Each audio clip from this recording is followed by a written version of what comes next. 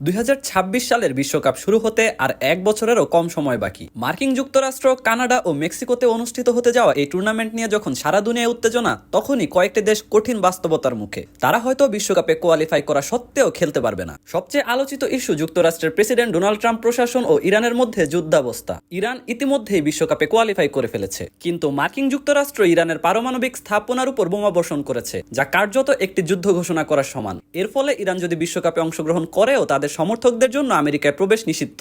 Iran ছিল বিশ্বের ষষ্ঠ দেশ যারা বিশ্বকাপে জায়গা নিশ্চিত করেছিল। তারা এএফসি গ্রুপের শীর্ষে ছিল, যেখানে কাতার, সংযুক্ত আরব আমিরাত, উজবেকিস্তানদের মতো দল ছিল। কিন্তু এখন সেই সাফল্য অর্থহীন মনে হচ্ছে। ট্রাম্প প্রশাসন স্পষ্ট করে দিয়েছে যে ইরানি সমর্থকদের মার্কিন মাটিতে প্রবেশের অনুমতি দেওয়া হবে না। এমনকি ফিফা যদি ইরানকে অংশগ্রহণের অনুমতি দেয়ও, তাদের ভক্তরা থাকবে গ্যালারির বাইরে। ইতিহাসে ফিফা এমন নিষেধাজ্ঞা আগেও দিয়েছে, যেমন 1994 বিশ্বকাপে যুগোস্লাভিয়া নিষিদ্ধ হয়েছিল বলকান যুদ্ধের কারণে। আবার বর্ণবাদের জন্য দক্ষিণ আফ্রিকা বহু বছর বিশ্বকাপ থেকে বাদ ছিল। তবে আজকের পরিস্থিতি আরো জটিল ও বিস্তৃত। ফিফা প্রেসিডেন্ট জিয়ানি ইনফান্তিনো এখন এক কঠিন অবস্থানে। একদিকে আন্তর্জাতিক কূটনীতি, অন্যদিকে ফুটবলের সবচেয়ে বড় উৎসব। ইরানের পর আসে রাশিয়া প্রসঙ্গ। 2022 সালে ইউক্রেন আক্রমণের পর থেকে রাশিয়ার জাতীয় দল ও ক্লাবের সব দল আন্তর্জাতিক সব প্রতিযোগিতা থেকে নিষিদ্ধ। রাশিয়ার দল এখন শুধু জাম্বিয়া বা গ্রানাডার মতো দেশগুলোর সঙ্গে প্রীতি ম্যাচ খেলতে পারে। ট্রাম্প যদিও বলেছিলেন রাশিয়াকে বিশ্বকাপে সুযোগ দেওয়া হতে পারে যুদ্ধবন্ধের একটি প্রণোদনা হিসেবে, কিন্তু ফিফার অবস্থান এখানে দৃঢ়। নিষেধাজ্ঞা বাহাল আছে। পরবর্তী দেশ কঙ্গো প্রজাতন্ত্র।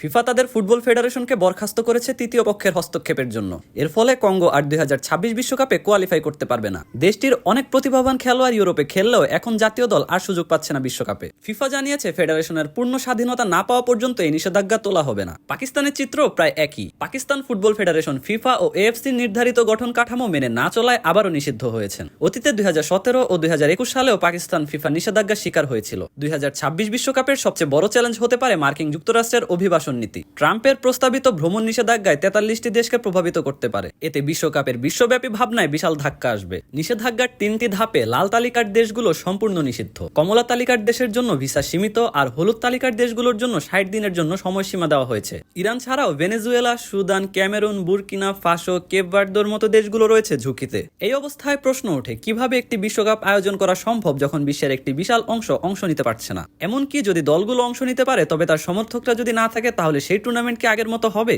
2026 বিশ্বকাপ হওয়ার কথা ছিল ফুটবলের সবচেয়ে বড় উৎসব, 48টি দেশের অংশগ্রহণে। কিন্তু এখন এটি যেন বিশ্বের রাজনৈতিক দ্বন্দ্ব, যুদ্ধ ও প্রশাসনিক ব্যর্থতার প্রতিচ্ছবি হয়ে উঠছে। ফিফা কি এই বিশ্বকাপের বৈশ্বিক চরিত্র রক্ষা করতে পারবে, নাকি এই টুর্নামেন্ট হবে আমাদের বিভক্তি বিশ্বের প্রতিচ্ছবি?